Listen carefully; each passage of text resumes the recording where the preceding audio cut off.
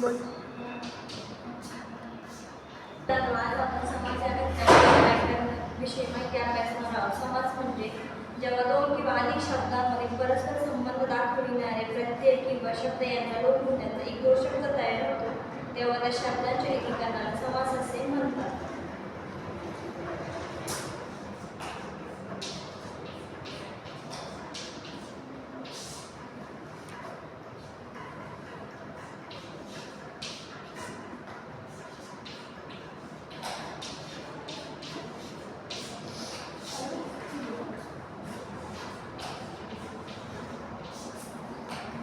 समासामध्ये काही महत्त्वाचे घटक आहेत, जसे की विग्रह, सामासिक समासातील पदे,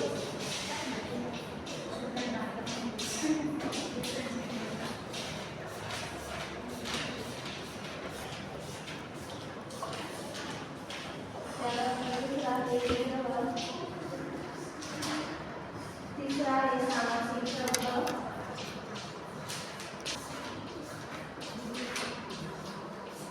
आणि चौथा आहे समासाचे प्रकार.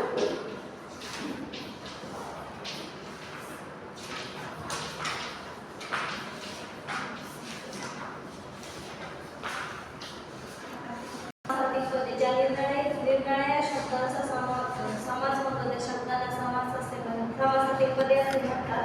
जसे की देवपूजा हा सामासिक शब्द आहे. त्यामध्ये पहिली पद देव आहे आणि दुसरी पदे पूजा आहे. त्यानंतर आई आणि वडील. आई हे पहिले पद आहे आणि वडील हे दुसरे पद आहे. विग्रह सामासिक शब्दांची तोड करून दाखविण्याच्या पद्धतीला समास विग्रह असे म्हणतात. जसे की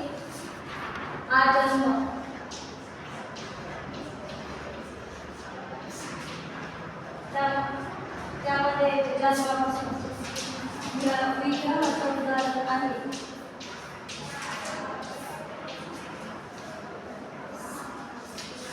समासाचे प्रकार त्यामध्ये अव्ययभावी समास, तत्पुरुष समास, द्वंद्व समास व बहुब्रीही समास.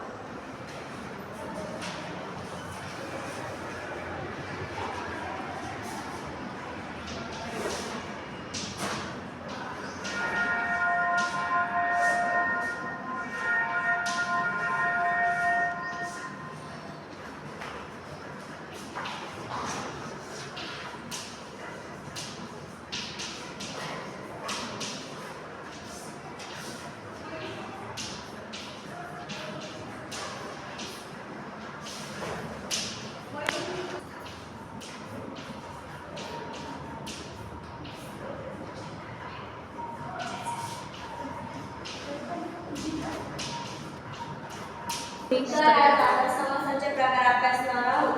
अव्ययभावी समास, ज्या समासातील पहिले प्रमुख पद असते व प्रमुख अव्यय असते आणि ज्या सामाजिक शब्दांचा वापर क्रियाविशेषणासारखा केला जातो त्या समासाला अव्ययभावी समास असे म्हणतात.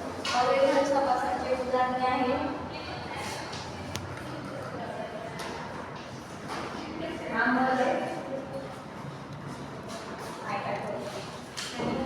तत्पुरुष समास, ज्या समासाचे दुसरे पद महत्त्वाचे असते व समास तयार होताना विभक्ती प्रत्ययाचा लोप होतो त्या समासाला तत्पुरुष समास असे म्हणतात. तत्पुरुष समासाचे उदाहरणे आहेत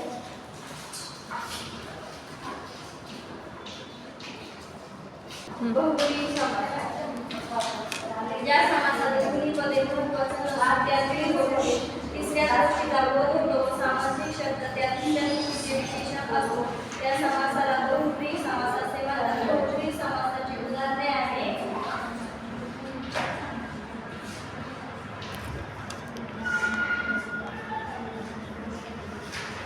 समासाविषयी काही महत्त्वाचे अव्ययभाव समास असलेले शब्द क्रियाविशेषण असतात. द्वंद्व तत्पुरुष समास असलेले शब्द नाम किंवा विशेषण असतो. बहुब्रीही समास असलेला शब्द विशेषण असतो.